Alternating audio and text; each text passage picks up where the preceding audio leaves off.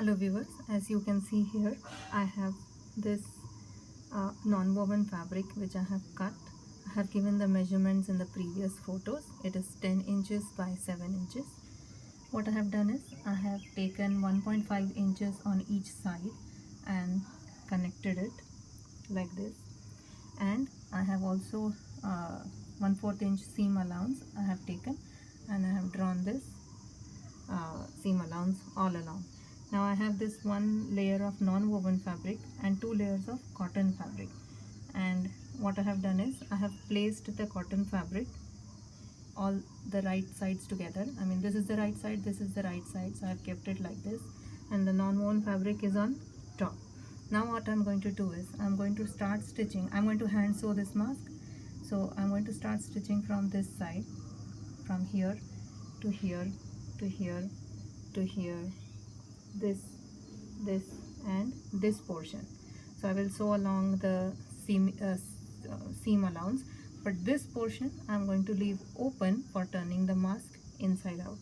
So after stitching I will then cut out the extra fabric from the sides, the corners, and then reverse the mask.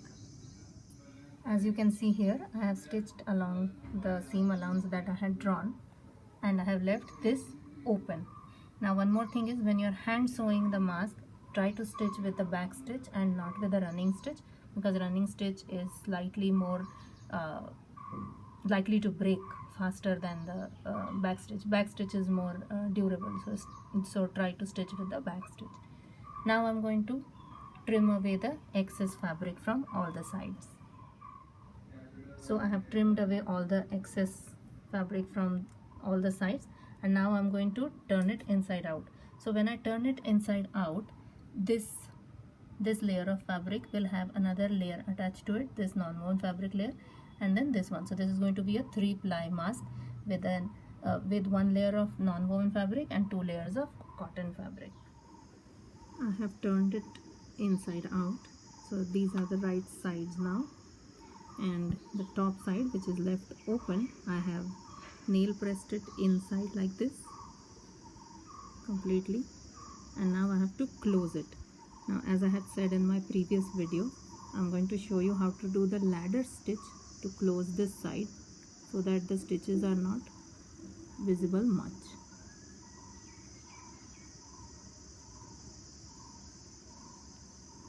So I'm going to start at this corner here. You can also give it a press with the regular press iron box. I have just nail pressed it. Now I'm going to take the thread from inside so that the knot is not visible on the outside, and I'll take it out here at one corner. Okay.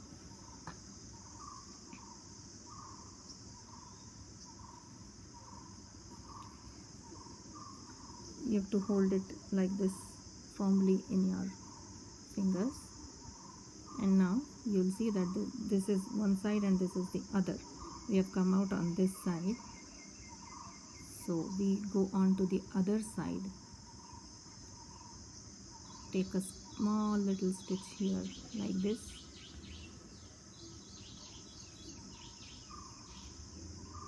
now we come back to this side and again take a small little stitch on this side, and we go on doing this till we have sealed the whole gap that we have left open. So this is the ladder stitch. When you pull the stitches, you will notice that the stitches are not very big and are not visible.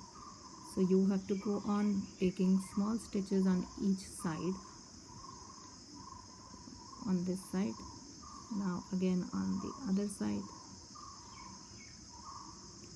I hope you can see what I'm doing.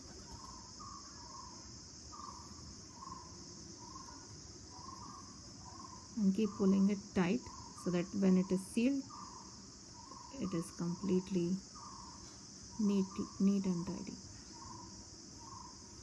You can use this stitch when you are making soft toys or any anything that any stitching project where you don't want the external stitches to be visible, you can use this stitch. So you can see the stitches are not visible on the outside. So I'm going to finish this whole side using the ladder stitch, and then I'll show you the next step. I have finished stitching this side, the side that was open, using the ladder stitch which I showed you. So if you see, you can hardly see the stitches at all. But if you are stitching it on a sewing machine, you can do a top stitch all around, or if you want, even with hand, you can give a top stitch all around. That is not a problem. So now the next step is that I'm going to fold this side like this, and I'm going to give a stitch on this side, on the fold. I'm going to stitch this fold, and similarly I'm going to do at the bottom. So I will fold it like this and I will stitch it here. So I'll stitch and then I'll show you the next step. So I have finished stitching both the sides. You see I have stitched very close to the fold, and I have seen to it that I match the two folds like this in the center. Now what I'm going to do, I will open this fold here like this, and same I will do on this side. And when I open these folds, I'm going to stitch here. This whole side I'm going to stitch this side, the short side. So I will open these half of what it is already, and I will stitch on both the sides. And this stitch will not be close to the edge. It is going to be where I can stitch this portion and this portion well. So it is going to be here that I'm going to stitch, and what to do with this extra portion I will tell you after I have finished stitching these sides.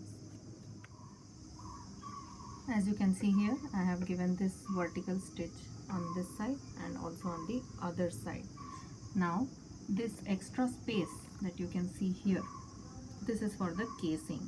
So I'm going to fold it like this, only up to the vertical stitch that I have given here, not beyond that, only up to the vertical stitch, and I will hem it here.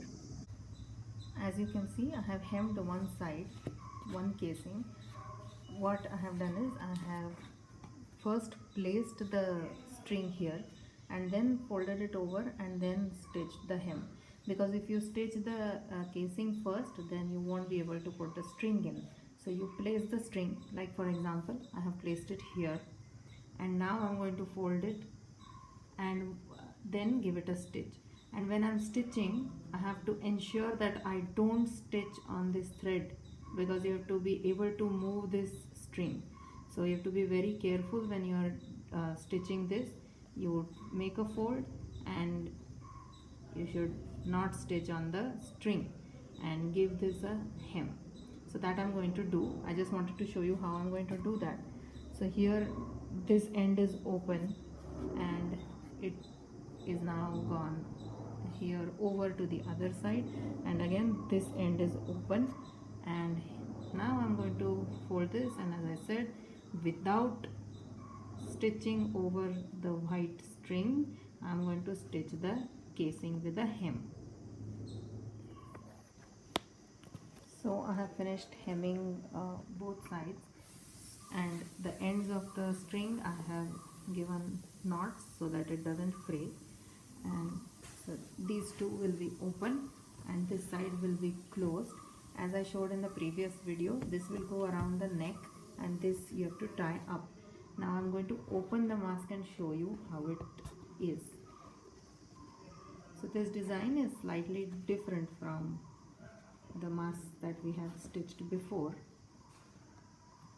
and it is a sort of a 3D mask, what they call. So this will go on the nose, and a similar thing is on the lower side, and it will kind of protrude in front of the face. So it is supposed to give you a more breathing space. So this is a different design of mask. But I must admit that this mask design has been the most time taking and a slightly difficult design to do as compared to the previous mask. So if you're a beginner, you can refer to my earlier videos and stitch a simpler mask, but if you are an advanced stitching person, you can stitch this mask as well. So I have worn this mask. It is definitely a better design when it comes to the breathability, that I agree.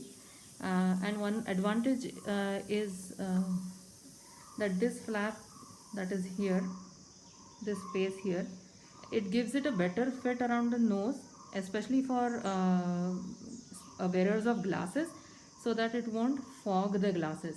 So that is a distinct advantage, that it is more breathable and it is good for a person wearing glasses. But while stitching, if you are a beginner sewer, you may find it slightly difficult to stitch or a little more time consuming to stitch, but you can still try it once. Thank you for watching.